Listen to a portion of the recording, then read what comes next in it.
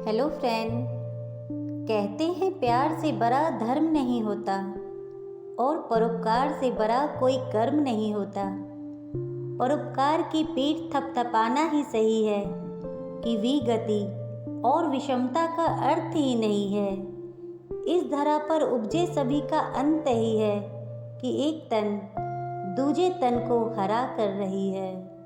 परोपकार को सबसे बड़ा कर्म कहा गया है।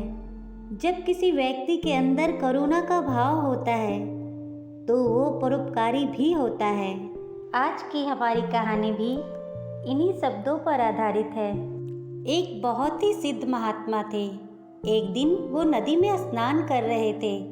तभी उन्होंने देखा एक बिच्छू नदी की धारा के साथ बहता जा रहा है।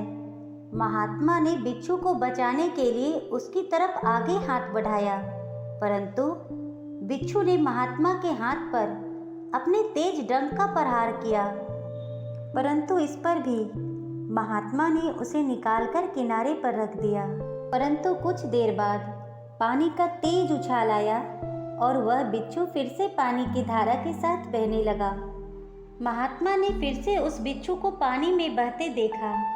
इस बार भी महात्मा ने उस बिच्छू को अनेक प्रयासों के बाद पानी से निकाला और किनारे पर रख दिया।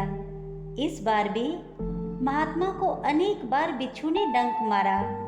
महात्मा का एक शिष्य जो किनारे पर खड़ा इस प्रतिक्रिया को देख रहा था, उसने महात्मा से कहा, महात्मन, जब यह बिच्छू आपको बार बार डंक मार रहा है तो आपने इसे पानी से बाहर क्यों निकाला?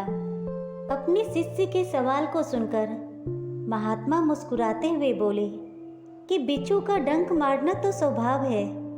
इस जवाब को सुनकर शिष्य ने कहा कि फिर आपने इसे बचाया क्यों नहीं छोड़ दिया? शिष्य की बात सुनकर महात्मा फिर मुस्कुराते हुए बोले, डंक मारना तो बिच्छू का स्वभाव है। इस जवाब को सुनकर शिष्य ने कहा, फिर आपने इसे बचाया क्यों नहीं आपने इसे पानी में बहता हुआ छोड़ दिया? शिष्य की बात सुनकर महात्मा ने फिर मुस्कुराते हुए कहा, जब बिच्छू जैसा कीड़ा डंक मारना नहीं छोड़ सकता तो मैं तो स्वभाव से ही संत हूँ। भला मैं कैसे अपने स्वभाव को त्याग देता और बिच्छू को बचाना छोड़ देता। कभी भी व्यक्ति को अपने स्वभाव के विपरीत व्यवहार नहीं करनी चाहिए। किसी भी परिस्थिति में अपने स्वभाव को शांत रखना चाहिए। इसलिए परोपकार को सबसे बड़ा कर्म कहा गया है।